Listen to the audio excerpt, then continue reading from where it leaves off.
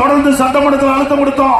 எங்களுடைய சட்டமன்ற தொடர்ந்து சட்டமன்றத்தில் பேசணும், பொதுக்கூட்டத்தில் பேசணும், அறிக்கை வெளியிட்டோம், பேட்டி கொடுத்தோம் தொலைக்காட்சி வாயிலாக. வேற வழி இல்லாம திராவிட முன்னேற்ற கழக தலைவர் இன்றைய முதலமைச்சர் ஸ்டாலின் அவர்கள் இந்த பெண்களுக்கு, நம்முடைய மகளிருக்கு, குடும்ப தலைவிக்கு 1000 ரூபாய் மாதந்தோடு கொடுத்தாங்க. கொடுக்க வைத்தது அதிமுக கட்சி என்பதை நினைவு கொள்ள வேண்டும்.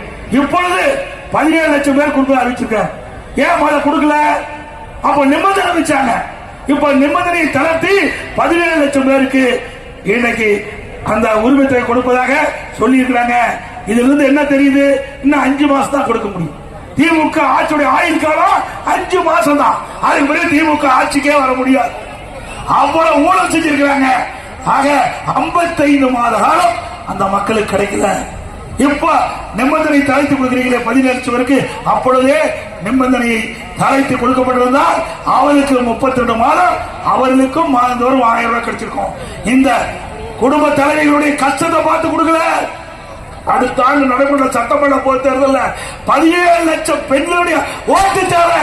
அதுக்காக இன்னைக்கு ஸ்டாலின் இந்த 17 லட்சம் குடும்ப தலைவிக்கு மாதந்தோறும் 1000 ரூபாய் அறிவித்திருக்கிறார்.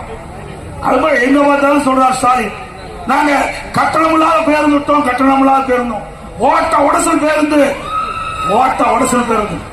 நீங்க பாத்தீங்க, ஒரு வாரத்துக்கு முன்பு ஒரு பேருந்து சக்கரை வெடிச்சு எதிர்த்து வந்த பகுதியில கார்ல மோதி 9 பேர் இருந்துட்டாங்க. மக்களை தமிழகத்தை ஸ்டாலின் மாடல் அரசு, பெய்தீர் மாடல் அரசு, பை பை ஸ்டாலின். எல்லாருமே பத்திரமா வாகனத்தில் வீடு போய் சேர வேண்டும் என்று அன்போடு கேட்டு அனைவருக்கும் இனிய ஆங்கில புத்தாண்டு நல்வாழ்த்துக்கள்.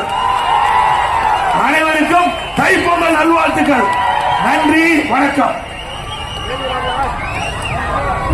நிகழ்ச்சியில் பங்கு பெற்றிருக்கின்ற முன்னாள் நாடாளுமன்ற உறுப்பினர், கழக மருத்துவ செயலாளர் அண்ணன் டாக்டர் பி. வேணுகோபால் அவர்களையும் வருகை என்று வரவேற்று விடைபெறுகின்றேன்.